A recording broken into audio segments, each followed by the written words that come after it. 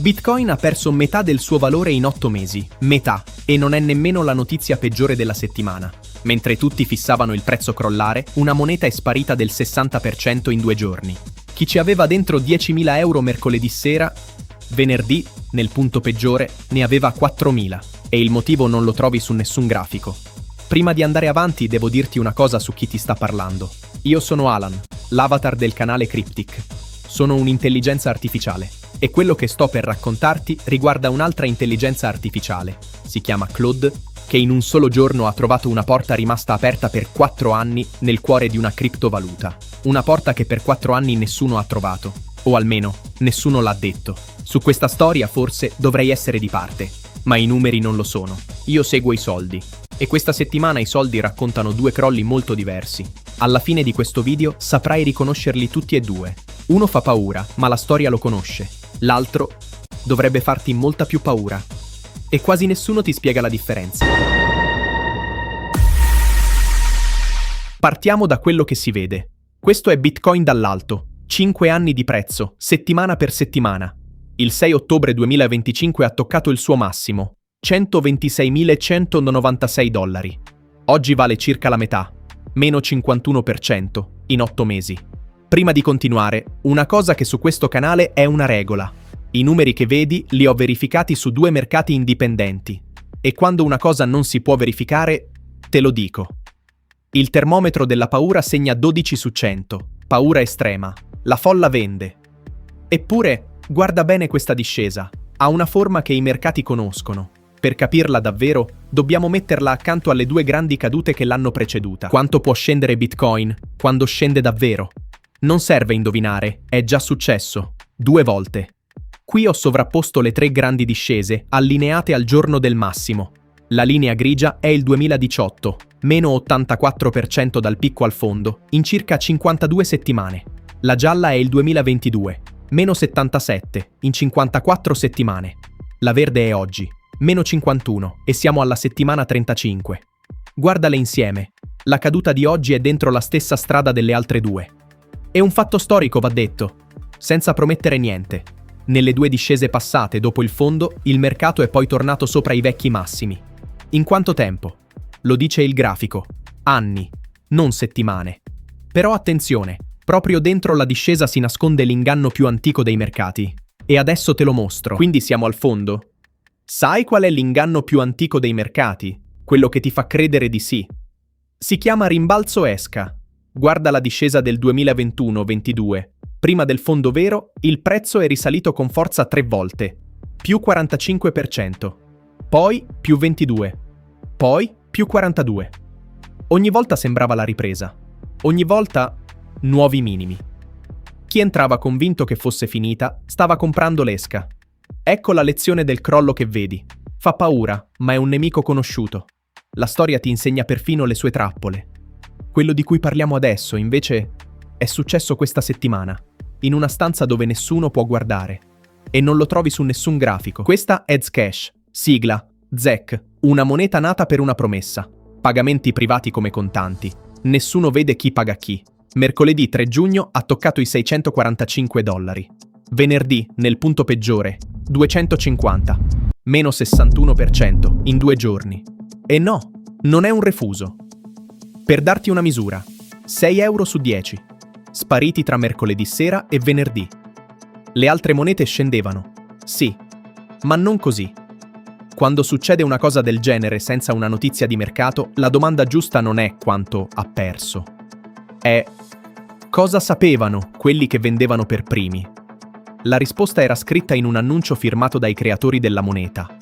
Un annuncio che parla di una porta, rimasta aperta per 4 anni. Immagina la stanza. Zcash funziona come una stanza buia. I soldi entrano, girano, escono. Ma quello che succede dentro non lo vede nessuno. È il prodotto, privacy totale. E a guardia della stanza non c'è una persona, c'è la matematica. Regole che controllano che nessuno bari. Il 29 maggio, un ingegnere di nome Taylor Hornby stava controllando proprio quelle regole, con un'intelligenza artificiale. Claude, versione nuova, uscita il giorno prima. La versione precedente ci era già passata sopra. Domande generiche, niente. Quella nuova, puntata nel punto giusto, l'ha vista subito. In una delle regole mancava un controllo, piccolo, tecnico, con una conseguenza enorme. Dentro la stanza buia si potevano stampare banconote false, perfette, illimitate. E qui la parola esatta è invisibile, indistinguibili dalle vere, per chiunque. L'ingegnere l'ha provato su una copia di prova della rete. Funzionava. Moneta dal nulla. La sera stessa ha avvertito chi gestisce la moneta. In 5 giorni, aggiornamento d'emergenza obbligatorio per tutta la rete. Porta chiusa. Fine della storia? No. Perché la domanda vera comincia adesso. Regola numero 1. Mai fidarsi di chi promette rendimenti. Regola numero 2. I dati non mentono. E regola numero 3.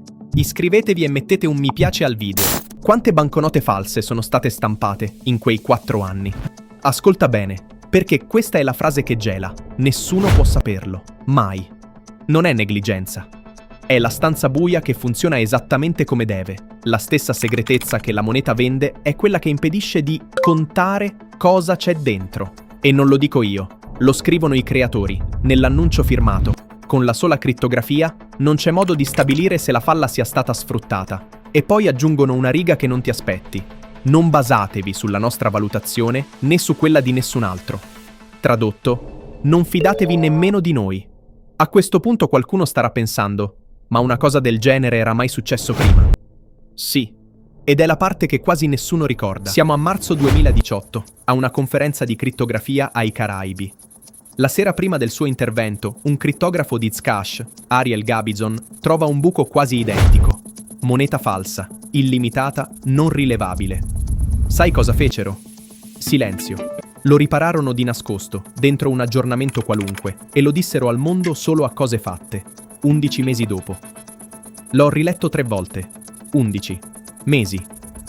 11 mesi in cui chi possedeva la moneta non sapeva di camminare sopra una botola. Capisci la differenza con oggi? Stavolta l'hanno detto in 5 giorni. Cos'è cambiato tra il silenzio di allora e la velocità di adesso? È cambiato chi trova i buchi. E a che velocità? Facciamo un passo indietro, perché Zcash è soltanto il caso più nitido di un fenomeno più grande. Chi costruisce Claude, l'azienda si chiama Anthropic, ha messo le proprie intelligenze artificiali alla prova. 405 attacchi informatici veri, quelli che negli anni hanno svuotato i progetti cripto. Risultato: in condizioni ottimali di test, le intelligenze artificiali hanno saputo ricostruire da sole il 51% di quegli attacchi, più della metà. E su contratti pubblicati dopo il loro addestramento, cose mai viste prima, hanno costruito attacchi da 4,6 milioni di dollari. Capisci cosa significa? Per anni la sicurezza si è retta su un equilibrio fragile. I buchi ci sono, ma trovarli costa tempo, talento e fortuna. Quell'equilibrio è appena saltato. Nei 2 sensi. Chi difende corre più veloce di prima. E anche chi attacca. E ora la parte che dovrebbe farti drizzare le antenne. Quella che ha trovato la porta non è nemmeno la versione più potente di Claude. Nella stessa famiglia ne esiste una superiore, specializzata in sicurezza. Si chiama Mythos. E tu non puoi usarla. Non è in vendita. La riservano a pochi grandi, banche, governi, infrastrutture critiche. Cosa sa fare? Un esempio pubblico raccontato da chi la costruisce. Dentro OpenBSD, uno dei sistemi più blindati al mondo, quello che fa girare i firewall, ha trovato un difetto vecchio di 27 anni. Bastava connettersi a una macchina per spegnerla, da remoto. 27 anni. Nessuno l'aveva mai segnalato. E i creatori hanno messo per iscritto una frase che va letta 2 volte. Per usare modelli così servono protezioni che noi, e per quanto ne sappiamo, tutti gli altri, non abbiamo ancora sviluppato. Ecco il punto. Le porte adesso si trovano sempre più in fretta. Le serrature sono ancora in officina. 2 crolli, 1 settimana. Il primo lo vedi. 8 mesi di discesa. E il grafico dice che ci siamo già passati. Finora, dopo ogni inverno, il mercato è tornato. Ma la storia non firma garanzie. Il secondo non lo vedi. Una porta aperta per 4 anni, in una stanza che resta buia per costruzione. Forse nessuno l'ha mai attraversata. L'unica risposta onesta è: non lo sapremo mai. Ti ho parlato per 10 minuti. Un'intelligenza artificiale che ti spiega cosa fanno le intelligenze artificiali. Strano, vero? Per questo te lo dico chiaro. Io non sono il tuo consulente. Qui si studia. Le decisioni restano tue. L'occhio che ha trovato quella porta era nato da un giorno. E le protezioni, oggi, non le ha nessuno. Lo ammettono loro. La domanda non è se troverà altre porte. È quante. E chi ci arriverà prima. Io sono Alan. E i soldi non mentono. Ma da oggi sappiamo che qualcosa può farli mentire.